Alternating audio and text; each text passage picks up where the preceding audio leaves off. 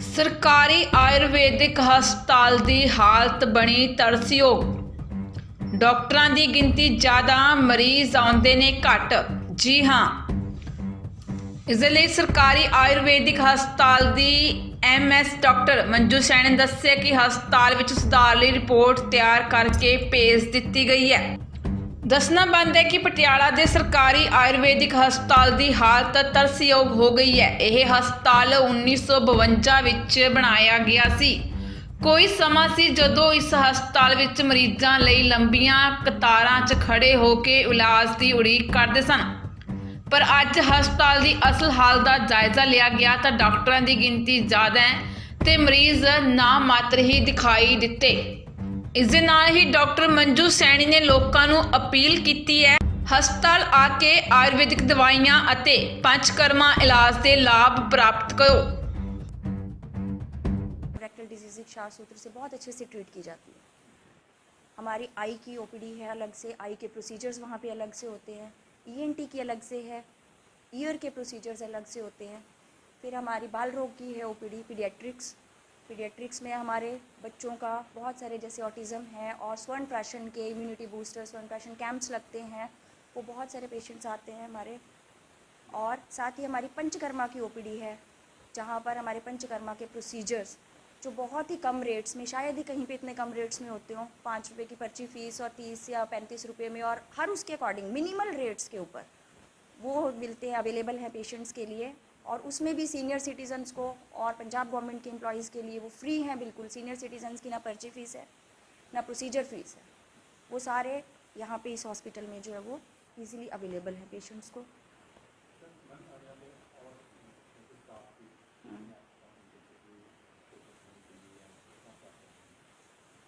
Sir अभी staff है हमारा नए नॉर्म्स के अकॉर्डिंग, NCSM सेंट्रल काउंसिल है जो हमारी, उसके अकॉर्डिंग जो नॉर्म्स चेंज हो गए हैं। आयुर्वेदिक की जो हमारे हॉस्पिटल की सैंक्शन पोस्ट थी उसमें हमारी 66 पोस्ट जो है वो वेकेंट थी, उसमें और भी वेकेंट हो गई हैं अभी और रिटायर हो गए।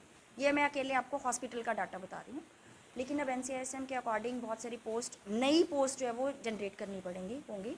उनके अकॉर्डिंग जो है वो कॉलेज, क्योंकि अब यूनिवर्सिटी के अंडर चला गया, कॉन्स्टेंट कॉलेज बन गया है, तो यूनिवर्सिटी की तरफ से जो है वो यूनिवर्सिटी को डिमांड भेज दी गई है उन पोस्टों को फिल करने के लिए, और वो फाइल चल रही है, दैट इज़ अंडर प्रोसेस, और वो बहुत जल्दी भर ली जाएंगी।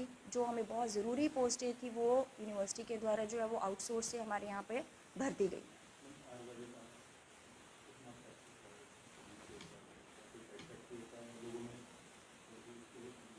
देखिए सर, एक माइंडसेट है, आयुर्वेदिक का इफ़ेक्ट होता है, लेकिन इमीडिएट और एमरजेंसी जहाँ पर हमारा लैक्यूना है वहाँ पे वो नहीं है, इसीलिए पेशेंट को पेशेंस रखनी पड़ती है। क्रॉनिक डिजीज़ में बेस्ट रिजल्ट्स जो एलोपैथी वाले हैं पेशेंट्स, वो भी आते हैं बहुत साल एलोपैथी मेडिसिन लेने के बाद यहाँ पे ट्रीटमेंट के लिए।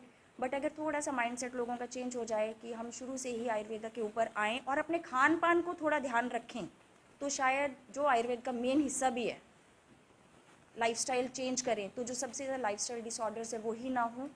तो यहाँ पर माइंडसेट चेंज होना है, आयुर्वेद को प्रायोरिटी अपनी लाइफ में भी और ट्रीटमेंट में भी, दोनों में देने की ज़रूरत है।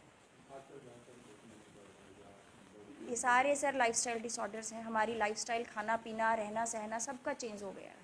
अब हम थोड़ी सी दूर भी जाते हैं, स्कूटी उठाते हैं, पैदल चलते नहीं हैं, खाना रात को जागना, दिन में सोना, सब हमारा जो आयुर्वेदा के अकॉर्डिंग जो हमारी दिनचर्या है वो बिल्कुल चेंज हो गई है। सर हमारे यहाँ कैंप्स लगते हैं, बाल रोग में हमारे स्वर्ण प्राशन, एवरी पुष्य नक्षत्र पे हमारे यहाँ स्वर्ण प्राशन ड्रॉप्स लगती हैं। योगा का हमारा डेली OPD होती है, पेशेंट्स भी आते हैं वहाँ पर, योगा डे पे कैंप लगता है, और बाहर भी हमारे गांव में भी जो है वो इसको अवेयरनेस के लिए हमारे कैंप लगते हैं।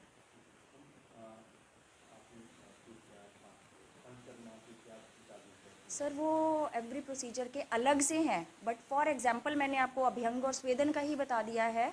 35-55 रुपीज़ में हाफ बॉडी फुल बॉडी अभ्यंग स्वेदन है। ऐसे ही कटी बस्ती के ये एक एग्जांपल दिया है, बाकी कटी बस्ती, जानू बस्ती, शिरोधारा, उनके जो है वो नॉमिनल चार्जेस ही। लोगों को मैं यही अपील करना चाहती हूँ कि आयुर्वेदा अपनाइए, और आयुर्वेदा को मेन स्ट्रीम में लाएंगे, आप डिजीज़ फ्री भी रहेंगे और बाकी दवाइयों के साइड इफ़ेक्ट से भी बचेंगे। आयुर्वेदा अपनाइए, स्वस्थ रहिए।